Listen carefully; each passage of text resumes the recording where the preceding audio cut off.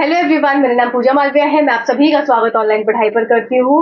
और आज हम करने वाले हैं अपना चैप्टर नंबर 4, परमाणु की संरचना, स्ट्रक्चर ऑफ एटम।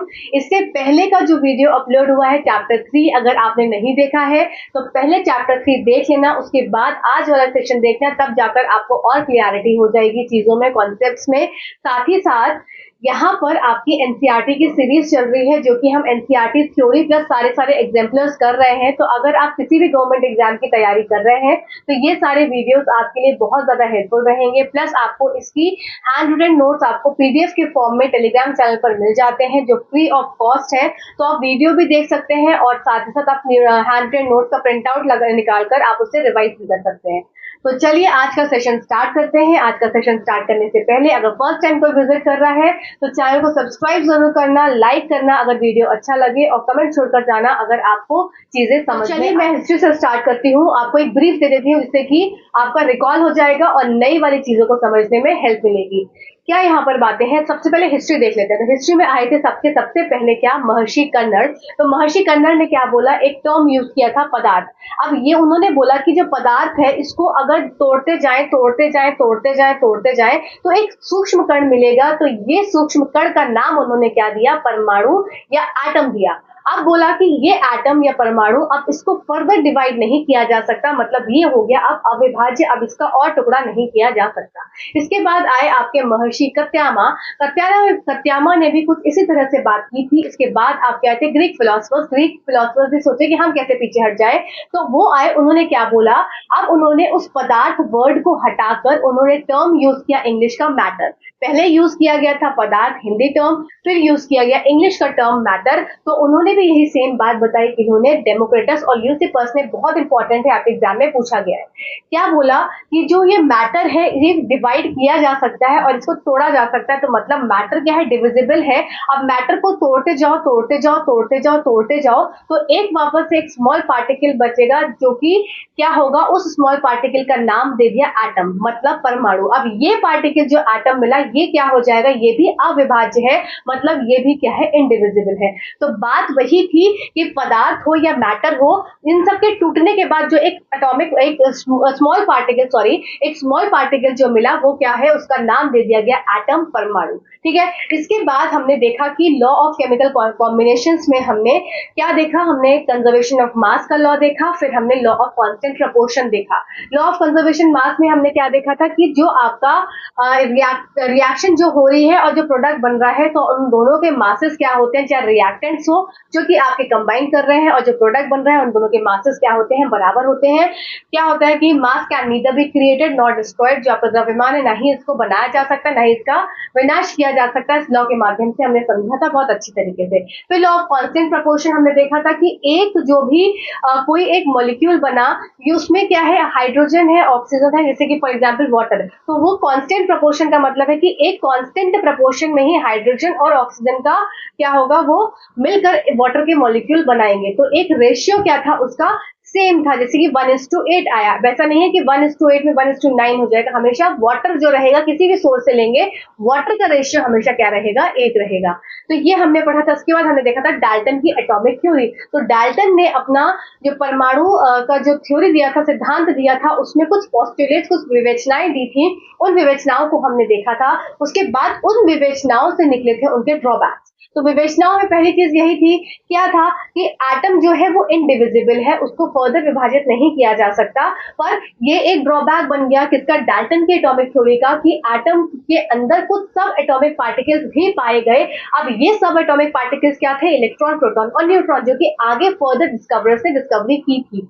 ठीक है। इसके बाद देखा कि क्या था, डाल्टन ने जो आपके आइसोटोप्स और आइसोबार्स के बारे में नहीं बता पाए थे। क्या ये बोल रहे थे कि जैसे कि किसी भी एलिमेंट को आप ले लो या किसी भी एटम को ले लो, तो उसका मास क्या होगा, हमेशा सेम होगा एक पर्टिकुलर एटम का। फॉर एग्जांपल कार्बन है, तो कार्बन का मास, उन्होंने बोला कि कार्बन का मास हमेशा C12 रहेगा, हमेशा, मतलब हर केस में।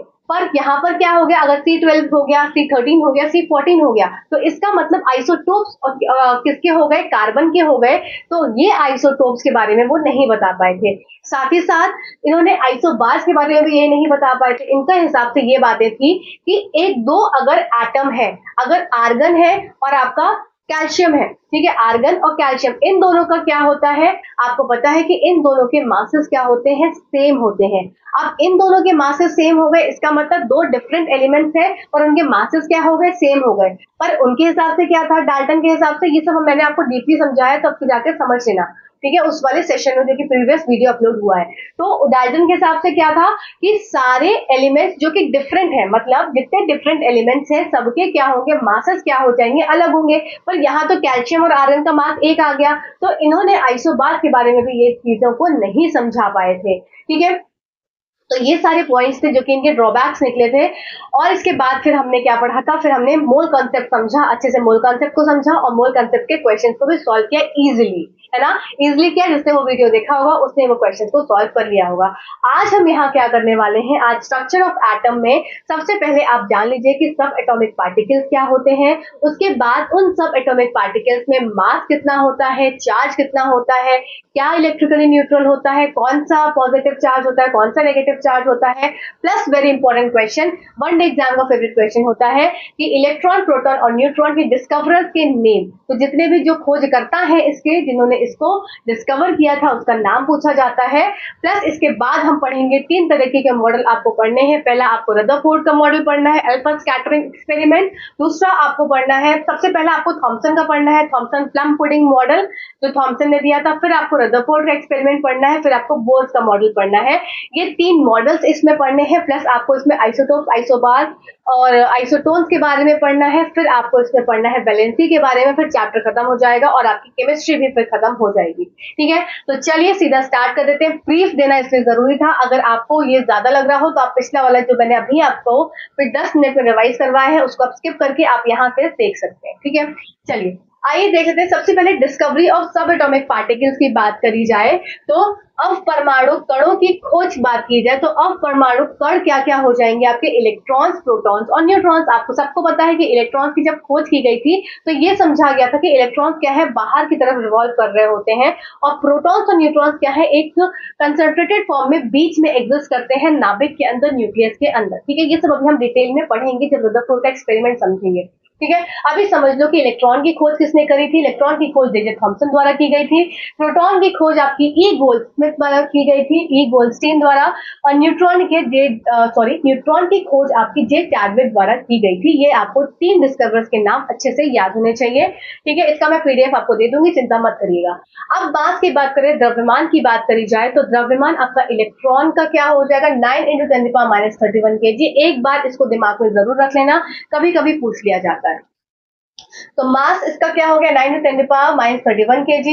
प्रोटॉन का क्या हो जाएगा, 1.6 × 10⁻27 kg। और न्यूट्रॉन का भी क्या हो जाएगा, 1.6 × 10⁻27 kg। तो इसका प्रोटॉन का और न्यूट्रॉन का मास क्या होता है, एक होता है, ठीक है। इसी तरह से चार्ज क्या हो जाएगा, 1.6 × 10⁻19 कूलम और इसका भी 1.6 × 10⁻19 कूलम। अगर मैं बात करूं इलेक्ट्रॉन, तो इलेक्ट्रॉन क्या होते हैं, नेगेटिवली चार्ज होते हैं, ठीक है, ऋणात्मक होते हैं। और ये होते हैं क्या, प्रोटॉन्स आपके धनात्मक होते हैं, पॉजिटिवली चार्ज होते हैं।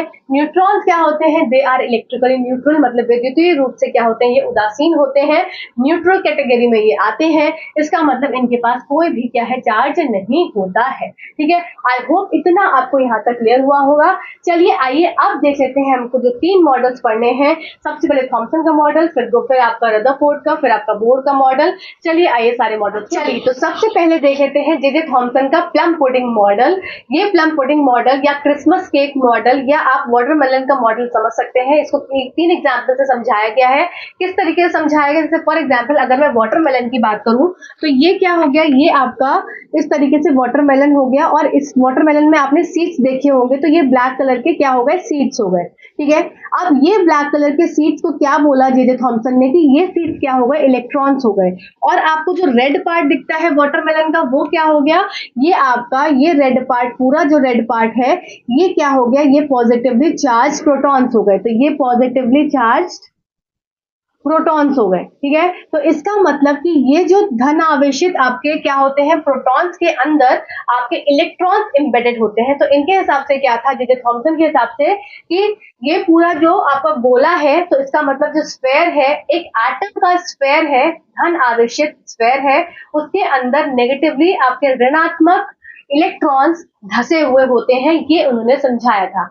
मतलब अगर मैं आपको क्रिसमस के केक के एग्जाम्पल से समझाऊं तो क्रिसमस का केक आपने देखा होगा, ऊपर से पूरी ब्रेड होती है, पूरी ऐसी ब्रेड कवर्ड होती है और ऊपर से क्या है, ड्राई फ्रूट्स नजर आते हैं। तो इसी को अगर मैं क्रिसमस के केक के एग्जाम्पल से आपको समझाऊं तो क्रिसमस का केक हो गया ये मेरे पास इस तरीके से, और ऊपर से क्या है, इस तरीके से ड्राई फ्रूट्स, इसमें अंदर थोड़ी थोड़ी जगह पे ड्राई फ्रूट्स लगे होते हैं। तो जो ड्राई फ्रूट्स है वो क्या हो गए, इलेक्ट्रॉन्स हो गए, और पूरा का पूरा क्रिसमस केक क्या हो गया, वो आपका प्रोटॉन्स हो गए। और ये प्रोटॉन्स कैसे होते हैं, पॉजिटिवली चार्ज होते हैं। इसका मतलब जो एक स्फीयर की बात करी गई, एक जो गोले की बात करी गई, ये गोला कैसा है, ये धन आवेशित गोला है, पॉजिटिवली चार्ज स्फीयर है, जिसके अंदर इलेक्ट्रॉन्स आपके क्या है, धसे हुए नजर आते हैं। ठीक है, तो इनके हिसाब से जो इनकी जो लास्ट में फाइंडिंग्स थी, तो उसमें पहली फाइंडिंग क्या बोली गई कि एटम क्या है, ये आपका पॉजिटिवली चार्ज स्फीयर है। तो atom is positively charge sphere, एक स्फीयर है पॉजिटिवली चार्ज, ठीक है, इन विच इलेक्ट्रॉन्स आर एम्बेडेड, मतलब इलेक्ट्रॉन्स क्या होते हैं, इसके अंदर धसे हुए होते हैं। ठीक, अब दूसरी फाइंडिंग क्या थी इनकी, पहली फाइंडिंग तो ये हो गई कि इलेक्ट्रॉन्स धसे हुए हैं और आपका जो गोला है ये धन आवेशित पॉजिटिवली चार्ज स्फीयर है, ठीक है ना, जो कि प्रोटॉन्स है। दूसरी फाइंडिंग क्या है कि जो आपका एटम है वो एज इलेक्ट्रिकली क्या है, ये न्यूट्रल है। Atom as a whole is electrically neutral, ये स्टेटमेंट है, atom as a whole is electrically neutral.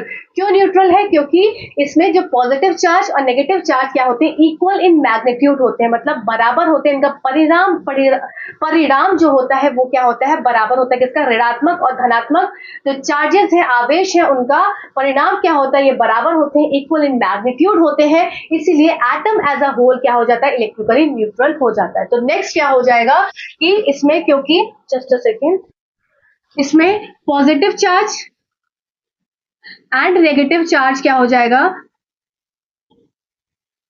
Are equal in magnitude,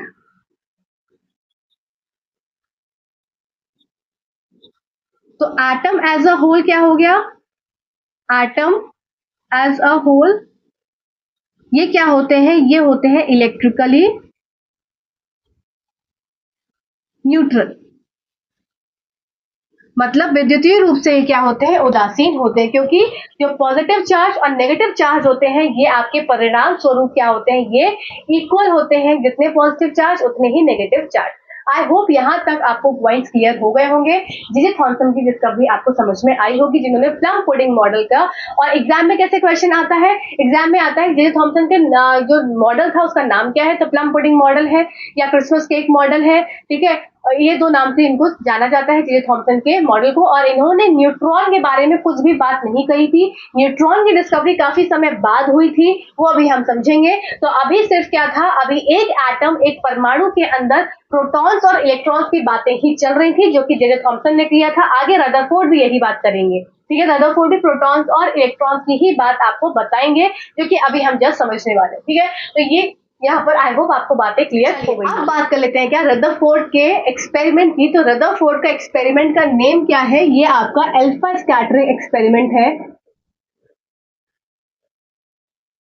alpha scattering experiment, ठीक है। तो रदरफोर्ड का एक्सपेरिमेंट का नाम है अल्फा स्कैटरिंग एक्सपेरिमेंट।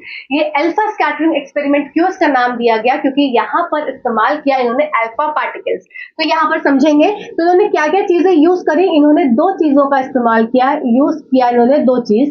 पहली चीज क्या इस्तेमाल करी इन्होंने, एक अल्फा पार्टिकल्स का इस्तेमाल किया। अल्फा पार्टिकल्स जिसको बोलते हैं, ये हीलियम के पार्टिकल को इन्होंने लिया। अब ये हीलियम क्या था, हीलियम आपका इसका क्या हो जाएगा, एटॉमिक मास क्या हो जाता है, 4 हो जाता है। तो ये आपका चार्ज इसमें क्या हो जाएगा, He2+, ठीक है। तो ये आपका हीलियम का पार्टिकल इन्होंने लिया था और साथ ही साथ गोल्ड फॉइल का इस्तेमाल किया था। अब ये गोल्ड फॉइल का इस्तेमाल क्यों किया था, क्योंकि गोल्ड फॉइल क्या थे, इनको पतली से पतली लेयर चाहिए थी एटम्स की, ठीक है। तो गोल्ड फॉइल क्या थे, लगभग 1000 1000 एटम से मिलकर बनी हुई ये फॉइल थी। तो इनको एक बहुत ही पतली सी झिल्ली चाहिए थी, किसकी, एटम्स की पूरी एक लेयर चाहिए थी, पर एक बहुत पतली सी परत चाहिए थी, इसलिए उन्होंने गोल्ड फॉइल का इस्तेमाल किया था, जिसमें 1000 एटम्स लगभग मिलकर ये बना था। तो अल्फा स्कैटरिंग एक्सपेरिमेंट में दो चीजों का इस्तेमाल हुआ। पहला तो गोल्ड फॉइल, ठीक है, जो कि 1000 एटम से मिलकर बनी हुई थी। दूसरा उन्होंने यूज किया था अल्फा पार्टिकल्स, जो कि फास्ट मूविंग अल्फा पार्टिकल्स थे, बहुत तेजी से ये मूव कर रहे थे। और ये क्या था, ये आपके पॉजिटिवली 2 चार्ज, मतलब इनके ऊपर कैसा चार्ज था, 2+ का चार्ज था। दूसरी बात, इनका एटॉमिक मास क्या था, आपका 4 इसका एटॉमिक मास था हीलियम का, ठीक है। ये दो चीजें यहाँ पर आपको समझनी है। अब दूसरी बात कि ये एक्सपेरिमेंट जब कर रहे थे, तो एक सिंपल मैं आपको एक डायग्राम से समझाती हूँ कि ये मेरे पास क्या है, हीलियम का, एक तरह से ये मेरे पास हीलियम का एक पार्टिकल है, ठीक है। अब ये मेरे पास यहाँ पर क्या हो गया, गोल्ड की फॉइल है, और यहाँ पे साइड में क्या लगा था, इसमें यहाँ पर साइड में एक स्क्रीन लगी थी, जो कि स्क्रीन किसकी थी, जिंक ऑक्साइड की स्क्रीन थी, जो कि कैसी थी, ये आपकी फ्लोरेसेंट स्क्रीन थी। जब भी कोई पार्टिकल हिट कर रहा था तो वो क्या कर रही थी, वो जगमगा रही थी, दमक रही थी, ठीक है। तो फ्लोरेसेंट स्क्रीन यूज करी थी। अब जैसे ही हीलियम पार्टिकल गया, यहाँ पर स्ट्राइक करता है इसके ऊपर, इस तरीके से यहाँ पर गया, इसको स्ट्राइक करता है, इस तरीके से यहाँ पर गया, स्ट्राइक करता है। तो मेन यहाँ पर समझाने वाली बात क्या है कि हीलियम जो है एक अल्फा पार्टिकल है, ये अल्फा पार्टिकल है, तो ये फास्ट मूविंग अल्फा पार्टिकल, तो इस तरीके से इसकी वेव निकलेगी, और ये कहां पर, गोल्ड फॉइल पर जाकर हिट करेगी, और हिट करने के बाद यहाँ पर क्या है, स्क्रीन पर देखने पे नजर आएगा, यहाँ पर लाइट जलेगी, मतलब स्क्रीन जो है वो ग्लो करेगी, ठीक है।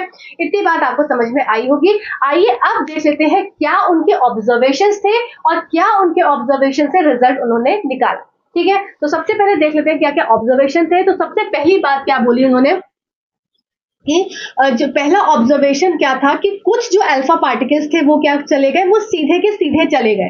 तो पहला ऑब्जर्वेशन क्या समझ में आया कि जो फास्ट मूविंग अल्फा पार्टिकल्स थे और इनके पास जो गोल्ड फॉइल थी, आओ इसको बहुत इजी वे में आपको समझाती हूँ। देखो क्या है, ये मेरे पास क्या हो गई, ये मेरे पास गोल्ड फॉइल हो गई इस तरीके से, ठीक है। ये मेरे पास गोल्ड फॉइल हो गई, इसके अंदर का ये न्यूक्लियस होगा। अभी उन्हें को समझ में नहीं आया था कि न्यूक्लियस है क्या है, सिर्फ समझ लो, ठीक है। ये गोल्ड फॉइल है। अब इसमें क्या था, कुछ अल्फा पार्टिकल्स क्या थे, सीधे सीधे चले गए। तो पहला क्या था, इनका क्या था, फर्स्ट आप यहां पर समझेंगे, बोर्ड को भी हटा दो साइड में, कि सम अल्फा पार्टिकल्स मूव स्ट्रेट, मतलब जो कुछ थे वो क्या थे, वो सीधे चले गए।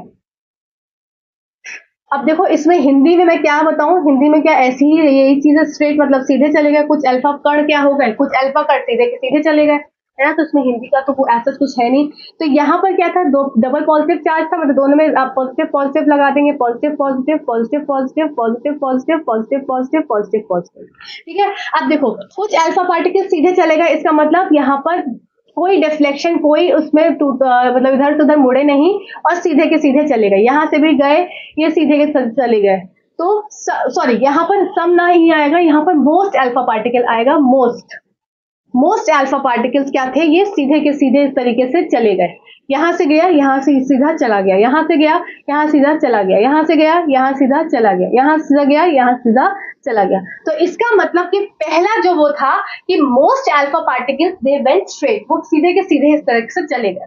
तो इससे क्या समझ में आया वो भी हम देखेंगे। दूसरा इसने क्या ऑब्जर्वेशन देखा था, ये हम यहाँ पर देख रहे हैं इनके ऑब्जर्वेशन, ठीक है। ये क्या इन्होंने ऑब्जर्व किया था अपने एक्सपेरिमेंट में, अल्फा स्कैटरिंग एक्सपेरिमेंट में।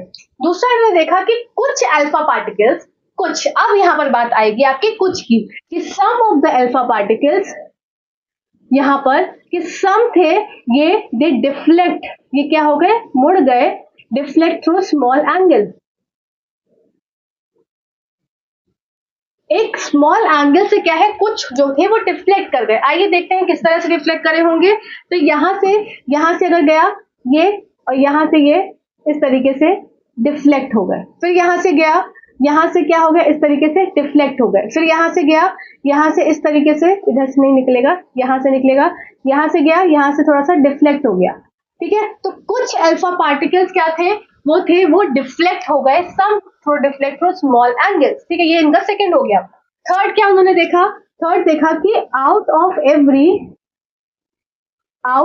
एवरी हर 12,000 हर 12,000 अल्फा पार्टिकल्स जा रहे थे, उसमें से एक out of every 12,000 alpha particles one क्या था, एक क्या था, ये डिफ्लेक्ट करेगा या वन जो है ये बाउंस बैक कर जाएगा। एक क्या कर रहा है, बाउंस बैक कर रहा है। अब देखो इसको देखो, अभी तो क्या थे, कुछ सीधे चले गए, कुछ नहीं, ज्यादातर सीधे चले गए, कुछ क्या हो गया, डिफ्लेक्ट हो गए स्मॉल एंगल से। और क्या थे कि out of every 12,000 alpha particles जो निकले थे, उसमें से एक अल्फा पार्टिकल क्या था, बाउंस बैक हो गया था। मतलब ये यहाँ पर मैं थोड़ी सी तिरछी रेखा से आपको बता रही हूँ, उसका ये मतलब नहीं है कि लाइन तिरछी चली गई, ये आप थोड़ा सा अलग करने के लिए कि ये यहाँ पर जा रहा है और यहाँ से डिफ्लेक्ट हो गया वापस, मतलब ऐसा बाउंस बैक हो गया। ठीक है, फिर यहां से जा रहा है, यहां से ऐसे जा रहा है और यहां से क्या हो गया, इस तरह से बाउंस बैक हो गया। तो मतलब क्या था कि जो थर्ड वाला था केस, उसमें out of every 12,000 alpha particles जो एक अल्फा पार्टिकल था वो वापस आ जा रहा था। तो ये 3 ऑब्जर्वेशंस उन्होंने देखे। तो अब इससे उन्होंने एक कंक्लूजन पे निकले। क्या निकले कंक्लूजन में कि मोस्ट ऑफ द, देखो पहला कंक्लूजन क्या हो जाएगा, इससे इनके हम कंक्लूजन्स पे निकलते हैं। ठीक है, ये बात आपको यहाँ पर समझनी है कि इसके कंक्लूजन्स पे निकलना है। तो पहला कंक्लूजन क्या हो जाएगा कि जो क्या थे, कुछ स्ट्रेट चले जा रहे थे, तो इसका मतलब कि ज्यादातर स्पेस, एक परमाणु का ज्यादातर स्थान क्या था, खाली था। उस खाली स्थान होने की वजह से वो क्या थे, वो सीधे के सीधे चले जा रहे थे। तो यहाँ पर समझ में आया कि एटम का जो क्या था, स्थान जो था, यहाँ पर स्थान जो था वो ज्यादातर क्या था, स्थान ज्यादातर क्या था, ये खाली पाया गया। जब ज्यादातर स्थान खाली है तो इसका मतलब क्या थे, सारे के सारे आराम से उसको, जब खुद ही सोचो रास्ता क्लियर है तो सीधा सीधा चले गए मजे से। फिर दूसरा उन्होंने पाया कि जो एटम है उसके अंदर पॉजिटिवली चार्ज कुछ देखा, उन्होंने कुछ समझ आया कि क्योंकि ये अल्फा पार्टिकल्स क्या थे, पॉजिटिवली चार्ज थे। और ये जो जब ये स्मॉल एंगल से बाउंस हो रहे थे, जब ये स्मॉल एंगल से इस तरीके से यहाँ से बाउंस हो जा रहे थे, इस तरह से यहाँ से बाउंस हो गया ये स्मॉल एंगल से, तो ये देखा कि ये इसके पास आने के बाद, मतलब ये बीच वाले इस पोर्शन के, इस उन्होंने, उनको न्यूक्लियस कुछ नहीं पता था उस समय तक। ठीक है, तो उन्होंने देखा कि बीच वाले गोले से पास, उसके पास आने से ये मुड़ जा रहा है। तो इसका मतलब उन्होंने ये पाया कि पॉजिटिवली चार्ज स्फीयर है जो कि अंदर है किसके, एटम के प्रेजेंट। ठीक है, तो दूसरा उन्होंने समझा कि जो ये पॉजिटिव चार्ज है, पॉजिटिव चार्ज न्यूक्लियस रिसाइड कहां पर, इन एटम। एटम के अंदर एक पॉजिटिवली चार्ज एक स्फीयर है, उसको न्यूक्लियस उन्होंने बोला, क्योंकि वहां से वो मुड़ जा रहे थे। तीसरा इन्होंने क्या क्या कंक्लूजन दिया कि सारा का सारा मास, तो यहां पर क्या हुआ, सारा द्रव्यमान और सारा पॉजिटिव चार्ज, ठीक है, पॉजिटिव चार्ज ये कहां है, ये नाभिक में पाया जाता है।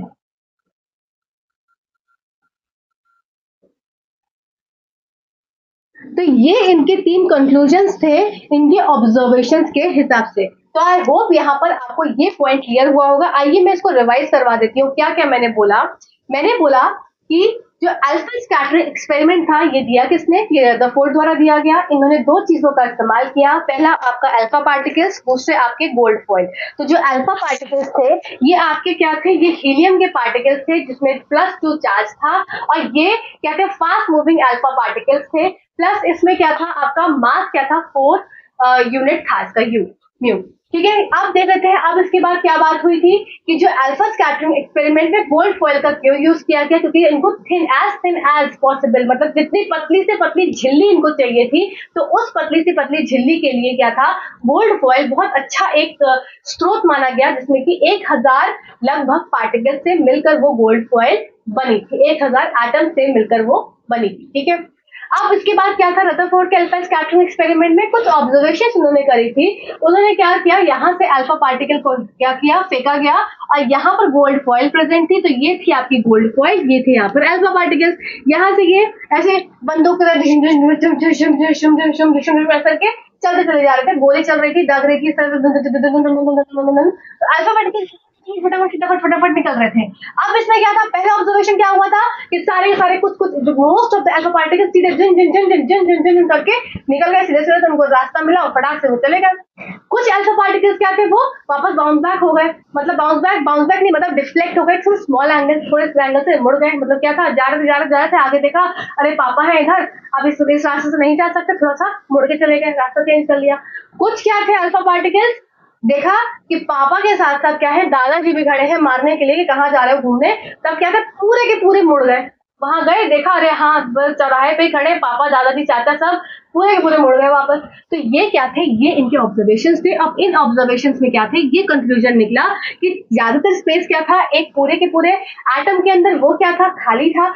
जो भरा हुआ स्पेस था वो एक सेंटर में प्रेजेंट होता है जो कि पॉजिटिवली चार्ज होता है। तीसरा क्या देखा कि सारा का सारा मास, सारा का सारा पॉजिटिव चार्ज आपका कहाँ प्रेजेंट है, एक पॉजिटिव स्फीयर है जिसको बोलते हैं नाभिक। तो ये सारी एक्सपेरिमेंट के कंक्लूजन इनके निकले। ठीक है, आई होप यहाँ तक आपको सारी बातें क्लियर हो गई होंगी। चलिए मैं इसको रब कर देती हूँ, जो पॉइंट बचे हैं उसको मैं यहाँ पर। तो आप देख लेते हैं क्या कि रदरफोर्ड का जो अल्फा स्कैटरिंग एक्सपेरिमेंट इन्होंने किया था, इसके करने के बाद इन्होंने एक मॉडल दिया, उस मॉडल का नाम था न्यूक्लियर मॉडल ऑफ एटम। तो ये किसका न्यूक्लियर मॉडल ऑफ एटम आया, रदरफोर्ड का। तो Rutherford nuclear model of atom, Rutherford का नाभिकीय मॉडल, परमाणु का नाभिकीय मॉडल रदरफोर्ड ने दिया। कब दिया, जब अल्फा स्कैटरिंग एक्सपेरिमेंट कर लिया, उसके बाद इस मॉडल को उन्होंने प्रस्तुत किया और कुछ नतीजों पर आए। जैसे कि पहला नतीजा क्या हो गया कि there is positively charge nucleus in the centre, कि कोई भी एक एटम है उसके सेंटर में पॉजिटिवली चार्ज न्यूक्लियस पाया जाता है। तो क्या इन्होंने बताया, वही चीज कि एक मेरे पास एटम है और इस एटम के अंदर ये जो है, ये पोर्शन, ये क्या हो गया, ये न्यूक्लियस, ये नाभिक बोला इन्होंने आपके रदरफोर्ड ने कब बोला, जब इन्होंने अल्फा स्कैटरिंग एक्सपेरिमेंट कर लिया, तब ये पाया कि किसी भी परमाणु के अंदर जो सेंटर वाला एरिया होता है, वो सेंटर के एरिया को नाभिक बोलते हैं। और ये कैसा होता है, ये आपका पॉजिटिव चार्ज का होता है, इसका मतलब धन आवेशित होता है। तो परमाणु का केंद्र कैसा होता है, धन आवेशित होता है। इन्होंने पहली बात यहाँ पर बताई अपने न्यूक्लियर के मॉडल में। ठीक है, नाभिक आपके मॉडल में, नाभिकीय मॉडल में इन्होंने पहली बात ये रखी। दूसरी बात क्या रखी कि सारा का सारा मास जो होता है, द्रव्यमान होता है, किसी भी एटम का, किसी भी आपके परमाणु का सारा द्रव्यमान होता है, वो सेंटर में पाया जाता है। और सेंटर क्या हो गया, न्यूक्लियस हो गया। तो दूसरी बात उन्होंने क्या बोली कि सारा का सारा द्रव्यमान मास कहाँ पे प्रेजेंट होता है, न्यूक्लियस में प्रेजेंट होता है, जो कि एटम के अंदर प्रेजेंट होता है। दूसरी चीज हो गई। तीसरा इंपॉर्टेंट पॉइंट क्या है कि इलेक्ट्रॉन्स जो है, अब ये रिवॉल्व करते हैं। जो इलेक्ट्रॉन्स है ये आपके, देखो यहाँ पर क्या हो गया, पॉजिटिव चार्ज हो गया। अब इलेक्ट्रॉन्स क्या हो जाएंगे, रिवॉल्व करेंगे बाहर की तरफ इस तरीके से। तो इलेक्ट्रॉन्स क्या है, ये बाहर की तरफ रिवॉल्व कर रहे हैं। तो electrons revolve around the nucleus in a circular path. अब न्यूक्लियस के बाहर की तरफ क्या होंगे, इलेक्ट्रॉन्स रिवॉल्व कर रहे हैं। ये इन्होंने दूसरी बात कही थी। अब इसी बात से, इसी सेकेंड वाले ये पॉइंट से क्या बन जाएगा, इनका ड्रॉबैक आएगा, आगे हम उसको समझेंगे। तो electrons revolve around the nucleus in a circular path, कि इलेक्ट्रॉन नाभिक के चारों ओर वर्तानुकार मार्ग में चक्कर काटते हैं, चक्कर काटते हैं। नेक्स्ट क्या हो जाएगा, साइज ऑफ अ न्यूक्लियस। अब इन्होंने एक एटम, एक परमाणु के से कंपेयर किया, क्या कंपेयर किया, साइज ऑफ अ न्यूक्लियस, मतलब न्यूक्लियस का साइज और एटम के साइज को कंपैरिजन किया। तो ये पाया कि जो न्यूक्लियस है, नाभिक है, ये बहुत छोटा है। और लगभग कितना छोटा है, ये 10⁵ टाइम्स छोटा है किसके, परमाणु से। तो रेडियस क्या है न्यूक्लियस की, is 10⁵ times less than that of a atom. की जो त्रिज्या है, त्रिज्या किसकी, नाभिक की जो त्रिज्या है, नाभिक की जो त्रिज्या है ये कितनी है, ये 10⁵ टाइम्स लेस है किसके, अब लेस है किसके, एटम परमाणु की त्रिज्या से इतना त्रिज्या इसका कम है। तो size of a nucleus is very small as compare to atom. ठीक है, अब यहाँ पर मैंने आपको सेकंड पॉइंट बताया कि electrons revolve around the nucleus in a circular path. अब इनके हिसाब से क्या था, इलेक्ट्रॉन्स इस तरीके से रिवॉल्व कर रहे थे। ठीक है, तो यहाँ पर मान लो इलेक्ट्रॉन है, तो यहाँ से इस तरह से रिवॉल्व करते क्या था कि क्योंकि एक्सेलरेशन हो रहा था, त्वरण हो रहा था इलेक्ट्रॉन्स में, तो क्या था, वो धीरे धीरे त्वरण करते एक्सेलरेट होते क्या होगा, धीरे धीरे उनकी एनर्जी कम होती चली जाएगी और आकर अंदर वो आकर गिर जाएंगे। तो इनके हिसाब से ये था कि इलेक्ट्रॉन्स क्या थे, वो धीरे धीरे अपनी एनर्जी लूज करते रहते हैं और लूज करते ऐसे इस तरह से सर्कुलर पाथ में, इस तरह से कंसेंट्रिक सर्किल नहीं, इस तरह से सर्कुलर पाथ को करते इस तरीके से यहाँ पर अपनी एनर्जी को लूज करते ये नीचे यहाँ पर जाकर गिर जाएंगे। अब क्या है, जब ये गिर जाएंगे तो इसका मतलब क्या है कि ये एटम क्या हो गया, अनस्टेबल हो गया। पर हमें पता है क्या है कि हमारा जो परमाणु होता है, एटम होता है, वो क्या होता है, स्टेबल होता है। तो यहीं पर क्योंकि इलेक्ट्रॉन जब गिर गए, तो जब वो गिर गए किसके अंदर, नाभिक के अंदर, तो वो क्या हो गए, अपनी स्टेबिलिटी खो देता है इनके हिसाब से। तो ये क्या था, ये इनका एक ड्रॉबैक था, जो कि अभी फर्दर और साइंटिस्ट आकर फिर बताएंगे कि किस तरह से इलेक्ट्रॉन्स, किस तरह से आपके प्रोटॉन्स, किस तरह से न्यूट्रॉन्स आगे एक एटम के अंदर प्रेजेंट होते हैं, जो कि हम बोर मॉडल के थ्रू पर देखेंगे। तो इनके हिसाब से जो ये ड्रॉबैक हो गया वो क्या था कि इलेक्ट्रॉन्स क्योंकि रिवॉल्व कर रहे हैं, जैसे ही रिवॉल्व कर रहे हैं तो उसका मतलब वो मूव कर रहे हैं कंटिन्यूएशन में, एक्सेलरेशन हो रहा है, त्वरण हो रहा है। त्वरण होने के कारण क्या है, वो अपनी एनर्जी को रेडिएट कर रहे हैं, लूज कर रहे हैं। अब लूज करने से क्या हो जाएगा, वो आकर गिर जाएंगे किसमें, न्यूक्लियस में। तो वो अपनी स्टेबिलिटी को नहीं बता पाए थे, कौन, आपके रदरफोर्ड, स्टेबिलिटी की। एटम एक स्टेबल है और सबको पता है कि एटम स्टेबल होता है, तो स्टेबिलिटी की बात नहीं समझा पाए थे, तो इसलिए क्या था, ये एक इनका एक ड्रॉबैक बन गया था। ठीक है, तो ड्रॉबैक से ही तो नए मॉडल्स का वो क्या होता है, बनना होता है। तो आगे साइंटिस्ट ड्रॉबैक को लेकर दूसरी अपनी चीजों को डिस्कवरी करते हैं। तो यहाँ पर आपके 2 मॉडल्स मैंने कंप्लीट करे। तो आज हम सेशन को इतना ही रखते हैं, कल मैं बाकी बोर्ड मॉडल और आपको साथ में जो बचे हुए चीजें हैं इसमें 2-3, तो आधे घंटे का टॉपिक आपका रह गया, उसको मैं कंप्लीट करा दूंगी। और प्लीज बताया करिए कि आपको सेशन से फायदा मिल रहा है कि नहीं मिल रहा है। कुछ डाउट हुआ करे तो पूछा जरूर करा करिए। आपके डाउट्स का, आपके कमेंट्स का बहुत वेट रहता है। Thank you so much for watching this video.